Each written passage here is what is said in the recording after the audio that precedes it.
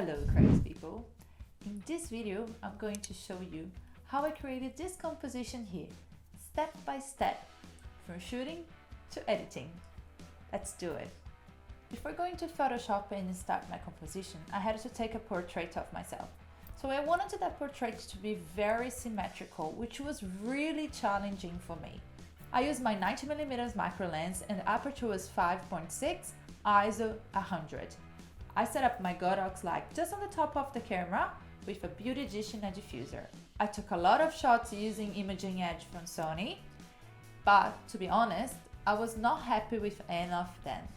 I don't think they were symmetrical enough for what I wanted, so I had to fix some Photoshop. And now I'm going to show you how I fixed the portrait and then how I came up with the final image. Okay guys, so here I am in Photoshop and I'm going to show you how I edit that final image. Yes, I started with this image which is really bad. I don't like at all. It was really hard for me to get my face straight the way I wanted. I want it really straight. It's really hard when you're doing your self-portrait to make everything symmetrical, and unfortunately I had to start with something like that. I didn't care much, to be honest, as well, because I knew I could modify on Photoshop, and I did modify a lot, and I'm gonna show you what I did. So I started by creating guides. If you go to new guide layout, you can put the guides you wanted, the numbers you wanted, and you can see my face is not symmetrical at all. You can see my head is bent slightly that way, not slightly, quite a lot, and here I have less head. It's completely out of shape, or the shape I really wanted. I really wanted to be a symmetrical shape for the purpose of this project needed to be. So I had to go to liquify a lot of my face.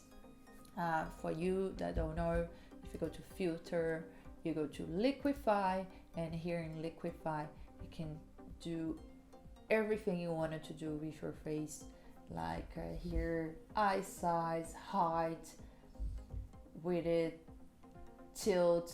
See, you can do, see what I'm doing here. You can modify a lot. So I did everything what you can see in the next layer using liquify, right? And the next layer I use liquifying in a healing brush, which is also removing the things I didn't want in my skin. Okay, I'm just gonna clear these guides right now. So I go to view, clear guides, to clear the guides or add guides. But I use the guides to do the liquify because for me it was better to do it. Okay, so that was the final shape. You know, it's still not quite as symmetrical, but it is better. And I also removed my piercing. You can see here, you know, I just didn't care much about the background because I was like, you know what, I can fix it at the end, because you know the final image, it's going to be completely different than that.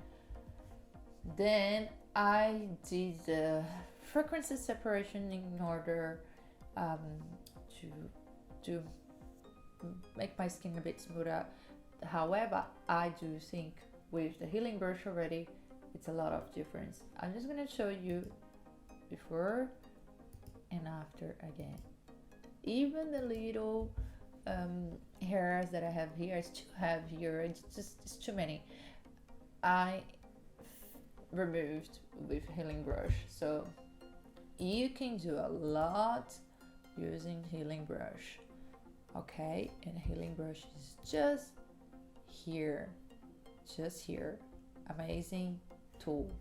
Okay, and then I did the frequency separation, as you see over here, and my skin was a bit more smooth, you can see.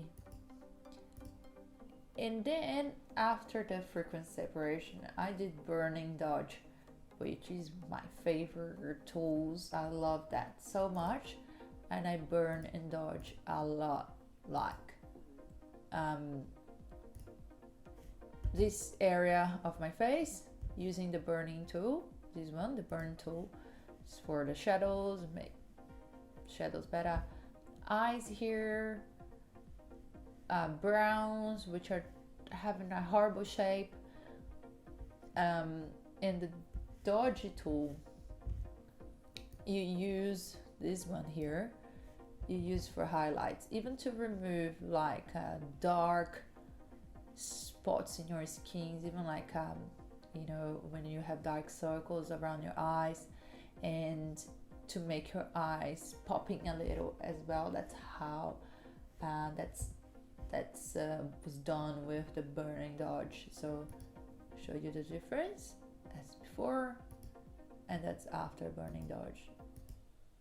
Right, then layer 3, you may like, oh my gosh, what is going on here? Yes, there's a lot of going on here. This is super fake. That is probably not the look I would go for. However, the reason this went to from this natural look to this crazy alien look is because I wanted this image to be black and white. So I put black and white first. And then when you put black and white, you just feel like, well, I have to make more contrast. I have to do more things in order to be a better image in black and white. So that's why you have to edit the black and white filter before. So I added the black and white filter before, just to let you know. This burning dodge was done after adding the black and white filter for me to get this result. Okay, so without it and with the further burning dodge, this was a further burn and dodge. There is a little mask on that I removed, maybe areas that was too much. Okay, so black and white filter, you just go over here, you go black and white, and we'll add a black and white filter to your image. Okay, then I change the brightness and the contrast. Obviously for black and white, it's much better for you to change these settings as well, brightness and contrast.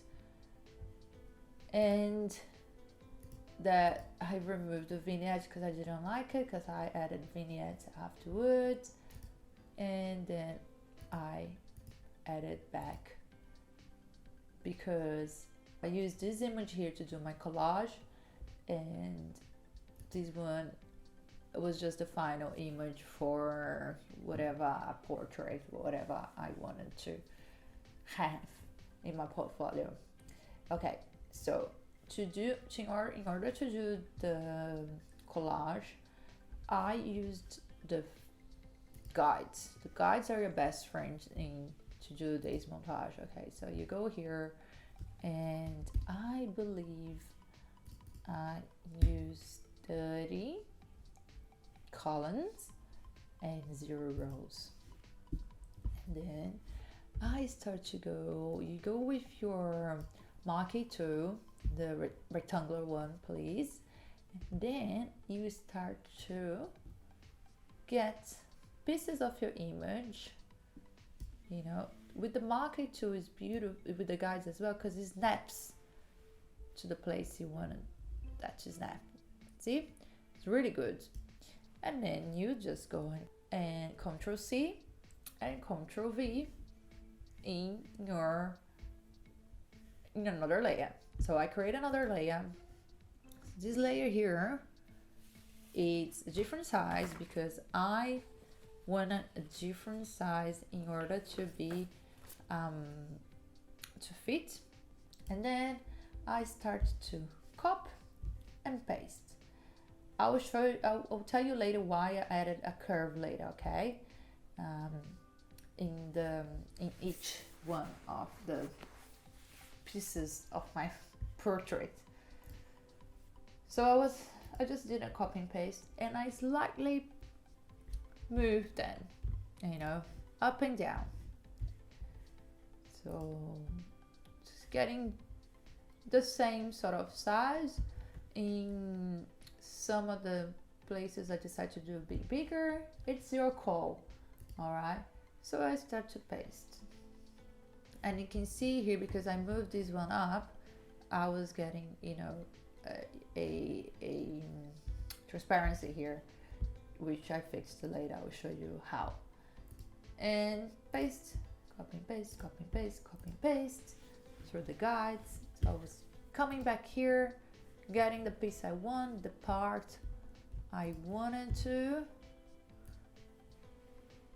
and then I was copying with Ctrl C and pasting with Ctrl V over here. And that was the final. When I finish up copying and paste, I got this. And then obviously I had to fix it, the blank spots, the transparency here, and then I fix it using my stamp tool, which I love that stamp tool, and I fix it. And now you can see, what you did here. Yes, I was trying to sort of match the top, because see, over here is pretty much match it, but I wanted to match the top as well. So that's when I add a curve. I add a curve